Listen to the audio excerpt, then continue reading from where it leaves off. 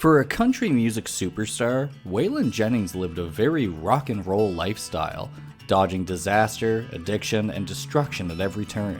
He narrowly avoided a fateful flight, survived a $1,500 a day habit, and, despite a few close calls, never spent time in the slammer. In 1977, the DEA got a tip that a suspicious package was headed to country star Waylon Jennings. They rushed in, ready to arrest him, but they were in for a diabolical surprise. More on that in a bit. Waylon Jennings was born on June 15, 1937, to farm laborers Lorene and William Jennings, who lived and worked on a cotton farm near Littlefield, Texas. Even though his family was dirt poor with the floors to match, Jennings' mother bought him a used guitar when he was 8 and taught him to play 30 pieces of silver. He was good enough to perform at local events and even won a TV talent show. By 14, he already had a weekly 30-minute radio show. Waylon Jennings realized that he was holding the key to escaping Littlefield right in his hands. It didn't matter that he could never afford music lessons or that he'd been expelled from music class for lack of musical talent. His guitar was his way out, and he played it as if his life depended on it. Jennings' talent was starting to turn heads. He landed regular gigs on a country radio station and even scored a job as a DJ in Lubbock, Texas. Jennings had grown up fast. Not only was he out of Littlefield, but he had also tied the knot at just 18 years old to Maxine Carroll Lawrence. In his line of work, Waylon Jennings constantly rubbed shoulders with musicians, but one in particular spotted his raw talent. None other than a bespectacled up-and-comer named Buddy Holly. Holly told Jennings, "The way you sing, there's no limit." Buddy Holly booked Jennings a recording session and even invited him on his next tour. As Jennings put it, "I couldn't have been more surprised when Buddy walked into the station one day, pitched me an electric bass guitar, and said, 'You have 2 weeks to learn to play that thing.'" Sure, young Jennings was green as a gourd, but Holly had an eye for talent. Before long, Jennings joined Holly's band on the Winter Dance Party tour, along with several other buzzy new acts. As their unheated bus crossed the freezing upper Midwest, Jennings had to face up to the fact that it wasn't quite the glamorous gig he'd been dreaming of. As if things weren't rough enough, the tour schedule was brutal. 25 shows with 0 nights off. With hundreds of miles between venues in an unheated bus on snowy, pre-interstate rural roads, things were pretty miserable. And then it would break down, stranding Jennings and his fellow musicians in the bitter cold. It was so bad that some of the performers even got frostbite and the flu. It was only a matter of time before something had to give. Can you imagine Taylor Swift shivering away with a fever on her tour bus, hand-washing her clothes in a motel sink, and praying they'd dry before showtime? But that's exactly how desperate things got for Holly and his crew. In the era long before private jets, Buddy Holly made a bold move and chartered a tiny plane for himself, his guitarist, and Jennings. When word got out about the plane, Waylon Jennings was suddenly approached by the Big Bopper. Desperate for warmth, the flu-addled singer asked for Jennings' seat on the aircraft. Jennings said, "If it's okay with Buddy, it's okay with me." Meanwhile, across the room, Buddy's other band member lost a coin toss, and Richie Valens landed a seat on the plane. The next morning, the tour bus pulled into Moorhead, and as the musicians thawed out, their tour manager went into their hotel, but then came rushing back out. He asked to talk to Jennings, and one look at the manager's face told Jennings something was very wrong. Holly's guitarist went inside, and moments later he returned with the devastating news. After losing his friend and mentor Buddy Holly, not to mention his other tourmates, Waylon Jennings didn't feel like playing another note. But the agency forced everyone to finish the tour, threatening that they wouldn't pay them. Afterwards, a devastated Jennings went back to his radio station job, but the spark that made him the Wildman DJ was gone. He couldn't fake it anymore. As he put it, "I was empty, drained of hope." Waylon Jennings was struggling to support his ever-growing family, and things only got harder when his father-in-law fell seriously ill. The family packed up and moved to Arizona to be closer to him, while Waylon bounced around between radio stations, hoping something would stick. Yet again, music came to Jennings' rescue. Then, of all the juke joints in all the towns, Jennings had to walk into Lynn's. She was a sassy and spirited older woman who hired him to play at her club, and things heated up fast. Waylon Jennings might have thought his encounter with Lynn was yet another one-night stand on tour, but he was so wrong. While Jennings was having his fun, Maxine, now pregnant with the couple's fourth child, decided to move from Arizona to Texas. Disaster ensued when Maxine somehow got the phone number to Lynn's apartment. When Lynn answered the phone, well, let's just say the jig was up. Waylon Jennings didn't let this part of his life slow his music career down one bit. By the mid-60s, he had divorced Maxine, married Lynn, moved to Nashville, and dropped his debut album, Folk Country, marking the start of a wildly productive period. But how did he manage to become so productive? When Jennings arrived in Nashville, he ended up sharing a one-bedroom apartment with none other than Johnny Cash, who just so happened to be popping amphetamines like candy. Jennings joined in and later bragged, "I prided myself on the fact that I could take more pills, stay up longer, sing more songs, and screw more women than most anybody you ever met." After 5 years of married life, Jennings' relationship with Lynn was crumbling, and it was all his fault. He'd already started secretly seeing Barbara, a tall, blonde millionaire's daughter, while waiting for the divorce. He even moved her into an apartment just down the hall from where he and Johnny Cash lived. When the pair finally married, Barbara's father offered Jennings anything to keep her happy. But marriage number 3 was also doomed. Life on the road for Waylon Jennings was a crazy blur of music, pills, and women. One unforgettable night in Louisville, Jennings was in a lusty frenzy.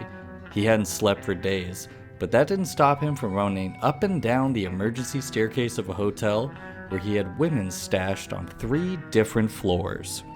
As much as Waylon Jennings loved the never-ending bevy of beauties, his body and mind were starting to pay the price for his wild days. At just 138 pounds, he admitted he was bent on self-destruction, but along came Jesse Coulter, the best thing that ever happened to him. Waylon Jennings and Jesse Coulter quickly became country music's hottest couple, even snagging a Grammy nomination in 1970 for their duet, Suspicious Minds. For the first time, Jennings had a wife who understood his passion for music and didn't feel threatened by it.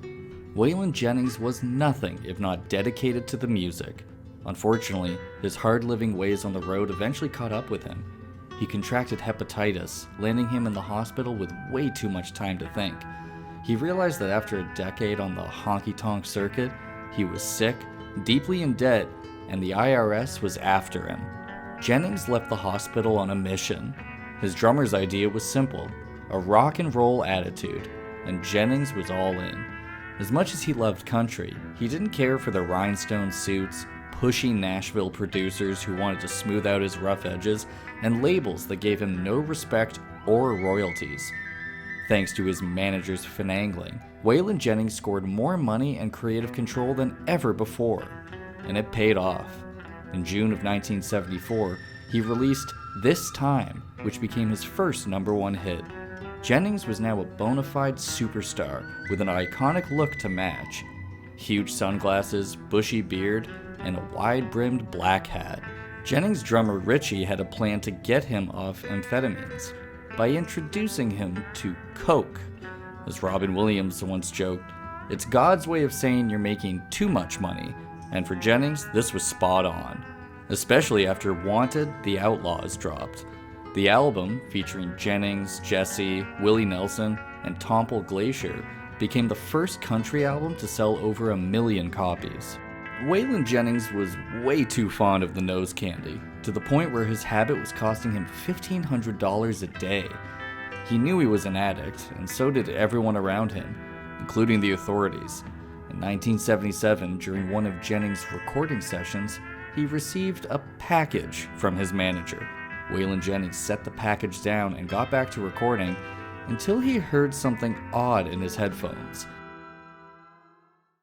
The sound engineer was secretly holding down the talkback button, letting Jennings hear the newly arrived DEA agents. A true outlaw wouldn't lose their cool in this tense situation, and Jennings aced the assignment. Sitting in a soundproof booth, he knew the DEA agents had no idea he could hear them. So, like a pro, he continued with the recording session. Extra loud for good measure. The DEA had been so sure of their plan that they made a rookie mistake. They put the wrong address on the search warrant. They couldn't search the recording studio because the address on the warrant was for Jennings' office, and Jennings' secretary had brought the package over from there. As they stood there waiting helplessly for an updated warrant, they heard a toilet flush, and they knew that their case had literally gone down the drain. Waylon Jennings was at the heart of a media feeding frenzy, but after days of searching, the DEA still hadn't found anything in his possession. The court case dragged on for months and cost Jennings $100,000, but in the end, the charges were dropped. Waylon got a ton of free publicity, and he wrote a hit song about it called "Don't You Think This Outlaw Bit's Done Got Out of Hand?" In 1979, Waylon Jennings put his deep southern twang and DJ skills to good use as the narrator of the hit show, The Dukes of Hazzard. He called it a moonshine excuse for car chases and watching Catherine Bach's Behind in cut-off jeans. The producers loved his voice so much that they asked him to create the theme song, which became the biggest hit of his career. Watching her husband spiral into the abyss was heartbreaking, but Jessie Coulter knew she couldn't force Waylon Jennings to kick his habit. Worse still, his music was slipping. He was hearing things that weren't there and losing his creative instincts. Only when their son was in danger did Waylon Jennings finally get clean. The 1985 We Are the World incident makes us wonder if maybe newly sober Waylon Jennings was feeling a bit ornery. More than 45 of the best-known musicians at the time had gathered together to record a charity song for Africa. When Stevie Wonder suggested they sing part of the song in Swahili, Jennings was not having it. "No good old boy sings in Swahili," Jennings huffed before storming out of the session. Swahili didn't make it into the song, but somehow Jennings' name made it into the credits. Whether he actually returned to the studio is up for debate, but one thing's certain, the song was a smash and went on to raise over $80 million. Waylon Jennings was now on the straight and narrow, but he was clearly trying to fill some sort of existential hole. For exclusive perks like early access to new videos, priority replies to your comments, and to have your say on future content, consider becoming a Factinate member. On top of that, your support helps keep the channel going. Click the link in the description for more details. He now smoked a whopping 7 packs of cigarettes a day, and he gorged on outrageous amounts of food. After narrowly escaping a heart attack, Waylon Jennings ended up needing quadruple bypass surgery. When he woke up, he was stunned to see his old friend Johnny Cash. Though Cash wasn't exactly a picture of health either. They got a doctor to check Johnny out and immediately ordered his emergency bypass surgery. During their recovery, Jennings and Cash found humor in the situation. The human body can only take so much. On top of his heart trouble, Waylon Jennings was hit with more bad news: type 2 diabetes. By 2000, the pain in his leg was so bad that he had to stop touring, and by the next year, things got worse. He had to have his foot amputated. In 2001, he earned a spot in the Country Music Hall of Fame. Sadly, he couldn't attend the ceremony because he was in too much pain from his diabetes. Just a few months later, he passed in his sleep from complications from the disease. Way back when Buddy Holly, Richie Valens, and the Big Bopper went down in a plane crash, Waylon Jennings was left reeling, knowing that not only had he given up his seat to the Big Bopper, but that some of the final moments with Holly had ended with a terrible joke. Just the day before, Holly had been ribbing him about being afraid to fly, but Jennings insisted that that wasn't the reason why he wasn't getting on the plane. Holly, grinning, had said, "I hope your damn bus freezes up again." Jennings had joked back, "Well, I hope your plane crashes." Jennings, a superstitious southern boy of just 21, thought he had 100% caused the crash that took his friend, bandmate, and mentor. It was a heavy cross to bear. Reflecting on his legacy, Waylon Jennings once said, "You never do know where the stones you throw will land." He illustrated this by describing how he was once at an awards ceremony when someone behind him said, "Mr. Jennings, you're like a god to me." Jennings turned to see Billy Ray Cyrus, and all he could think was, "If I'm your god, what does your devil look like?" If you enjoyed this Factinate video, give it a thumbs up and subscribe for more incredible stories. Want a say in who we cover next? Join our membership program through the link in the description for exclusive perks. Your support means everything to us. Thanks for watching, and we'll see you in the next one.